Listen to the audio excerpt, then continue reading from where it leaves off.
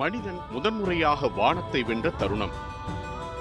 பல ஆண்டுகளாக பறவைகளை பார்த்து வியந்த மனிதன் நாமும் பறக்க முடியுமா என்ற கனவை நிஜமாக மாற்றிய நாள் இன்று.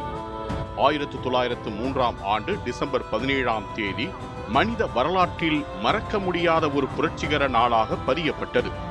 அந்த நாளில் அமெரிக்காவின் நார்த் கரோலினா மாகாணம் உள்ளிட்ட கிட்டி ஹாக் எனும் கடற்கரை பகுதியில் ரைட் சகோதரர்களான வில்பர்ட் ரைட் மற்றும் ஆர்வில் ரைட் ஆகிய இருவரும் கூட்டாக விமான என்ஜின் சோதனையை வெற்றிகரமாக நிகழ்த்தினர்.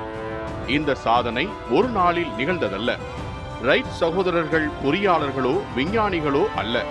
அவர்கள் ஒரு சாதாரண சைக்கிள் பழுதுபார்ப்பு கடை நடத்தி வந்தவர்கள். ஆனால் வானில் பறக்கும் கனவு அவர்களை விடவில்லை. 1890களின் இறுதியில் இருந்து காற்றின் இயக்கம், சிறகுகளின் வடிவம், சமநிலை, கட்டுப்பாடு போன்ற அம்சங்களை அவர்கள் தீவிரமாக ஆய்வு செய்தனர்.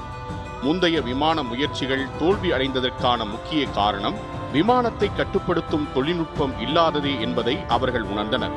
அதனால் சிறகுகளை சற்று வளைத்து விமானத்தை இடது வலமாக திருப்பும் விங் வாப்பிங் எனும் புதிய முறையை அவர்கள் உருவாக்கினர்.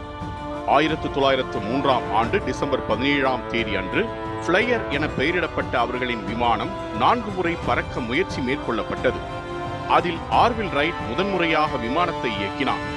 120 அடி உயரத்திற்கு சுமார் 12 வினாடிகள் மட்டுமே முதல் முறையாக வானில் பறந்த அந்த முயற்சி தோல்வியில் முடிந்தது. அடுத்து நடந்த இரண்டாவது முயற்சியில் 120 அடி உயரத்திற்கு சற்று அதிகமாக பறந்தது.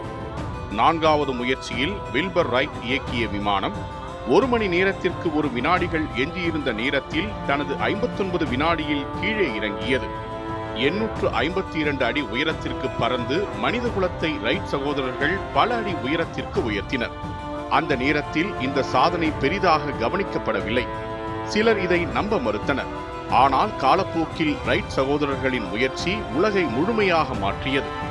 விமான போக்குவரத்து, போர்த்தந்திரங்கள், சர்வதேச உறவுகள், வணிகம், தகவல் பரிமாற்றம் ஆகிய அனைத்திலும் விமானம் ஒரு தவிர்க்க முடியாத சக்தியாக மாறியது. உலகப் போர் முதல் நவீன ஜெட் யுகம் வரை மனித முன்னேற்றத்தின் வேகம் வானை தொட்டதற்கு ரைட் சகோதரர்கள் இதே நாளில்தான் விதை போட்டனர். அதாவது 1903ஆம் ஆண்டின் இந்த வரலாற்று சாதனை வெறும் ஒரு தொழில்நுட்ப சாதனை மட்டுமல்ல. அது மனித மனதின் துணிச்சல், விடாமுயற்சி, கனவுகளின் வலிமை ஆகியவற்றின் சின்னமாகவே உள்ளது. பறவைகளுக்கே உரியது என்று நினைத்த வானத்தை மனிதன் தன் அறிவால் வென்ற தருணம் அது. மனிதன் பறக்க முடியாது என்ற நம்பிக்கையை உடைத்த நாள் 1903 டிசம்பர் 17. அந்த நாளிலிருந்து வானம் மனிதனுக்கு தடையல்ல, அது அவன் பயண பாதையாக மாறியது.